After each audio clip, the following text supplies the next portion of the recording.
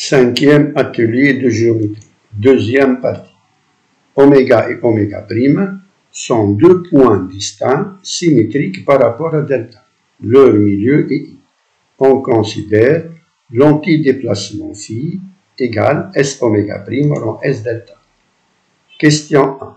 Montrer que phi est une symétrie glissante dont on précisera les éléments caractéristiques. On pourra utiliser la droite D' parallèle à delta et passant par oméga prime. Réponse. Les droites D' et oméga prime sont perpendiculaires en oméga prime. Donc, S oméga prime est égal à SD prime rond S oméga prime.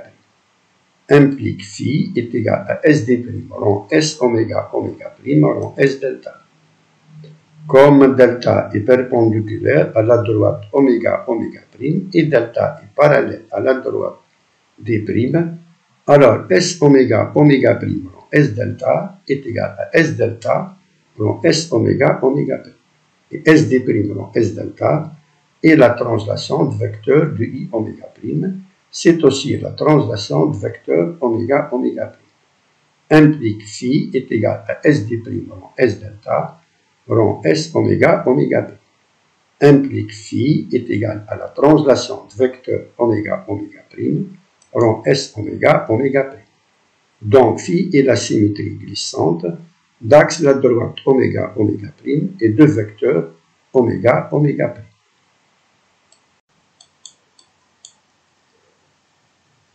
Question 2. Préciser la forme réduite de phi et sa réciproque phi moins 1. Réponse. Phi est la symétrie glissante d'axe la droite oméga prime et de vecteurs oméga prime. Donc sa forme réduite est T de vecteur oméga prime rond S oméga prime égale S oméga prime rond T de vecteur oméga prime.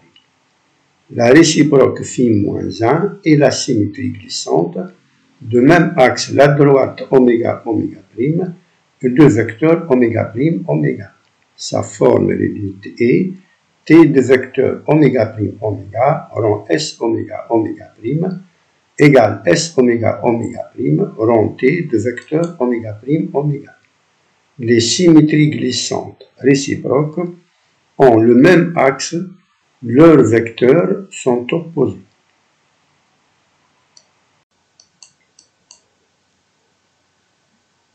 Dans l'animation 1 ci-dessous sont données les courbes C et C' représentatives de deux bijections réciproques F et F-1.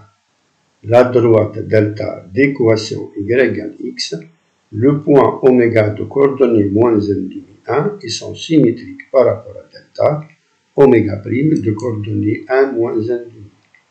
Question 3. Sachant que oméga prime est un centre de symétrie de C', montrer que l'antidéplacement phi transforme C en C'.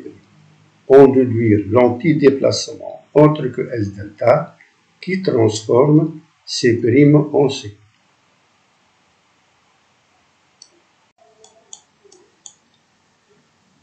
Réponse. S delta transforme C en C' et S oméga prime transforme C' en C'.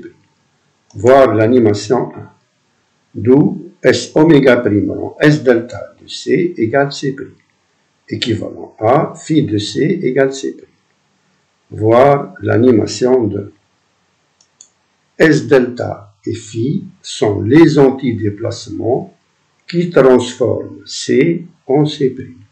S delta transforme A en A' et B en B', alors que phi transforme A en B' et B en A'. Phi de C égale C' équivaut à phi moins 1 de C' égale C. Voir l'animation 3. Donc, phi moins 1 est l'antidéplacement autre que S delta qui transforme C' en C.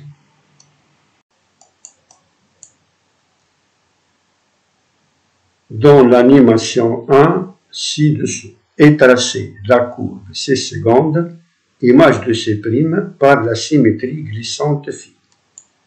Question 4. Montrer que C seconde est l'image de C par une translation dont on précisera le vecteur U. Réponse. Phi de C égale C' et phi de C' égale C seconde. Implique phi rond phi de C égale C seconde. En utilisant la forme réduite, phi égale t de vecteur oméga oméga prime rond S oméga oméga prime égale S oméga oméga prime rond t de vecteur oméga oméga prime, on obtient phi rond phi égale t de vecteur de oméga oméga prime. Donc C seconde est l'image de C par la translation de vecteur U égale 2 oméga oméga prime, voire l'animation de.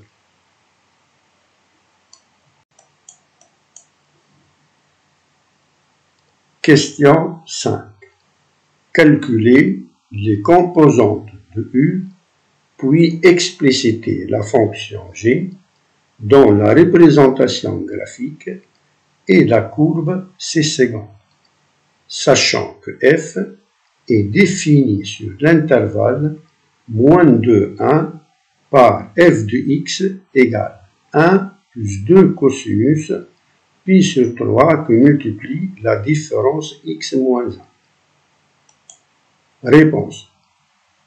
Oméga est de coordonnées moins 1,5, 1 et oméga prime de coordonnées 1 moins 1,5.